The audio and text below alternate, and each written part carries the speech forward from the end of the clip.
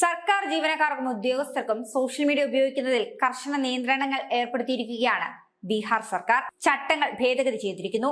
Social media പ്ലാറ്റ്ഫോമുകൾ ഉദ്യോഗസ്ഥർ ദുരുപയോഗം ചെയ്യുന്നത് ശ്രദ്ധയിൽപ്പെട്ടതിനെ തുടർന്നാണ് ഇത്തരത്തിൽ Bihar public servant conduct rules 2026 കൊണ്ടുവരുവാൻ മുഖ്യമന്ത്രി നിതീഷ് കുമാറിന്റെ അധ്യക്ഷതയിൽ ചേർന്ന മന്ത്രിസഭാ യോഗം തീരുമാനിച്ചിരിക്കുന്നത്.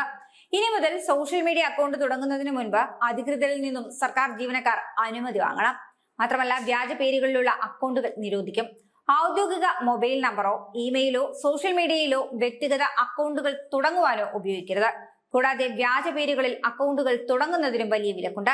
സർക്കാർ നയങ്ങൾ, പദ്ധതികൾ, കോടതി വിധികൾ എന്നിവയെക്കുറിച്ച് സോഷ്യൽ മീഡിയയിൽ വ്യക്തിപരമായ അഭിപ്രായങ്ങൾ പ്രകടിപ്പിക്കുവാൻ പാടില്ല. രാഷ്ട്രീയ പാർട്ടികളെയോ മറ്റ് സംഘടനകളെയോ അനുകൂലിക്കുവാനോ വിമർശിക്കുവാനോ അനുവാദമില്ല. ജോലി സ്ഥലത്തു നിന്നുമുള്ള വീഡിയോകൾ, റീലുകൾ എന്നിവ ചിത്രീകരിക്കുന്നതും ഔദ്യോഗിക ചർച്ചകൾ ലൈവ് സ്ട്രീം ചെയ്യുന്നതും പൂർണ്ണമായും നിരോധിച്ചിട്ടുണ്ട്.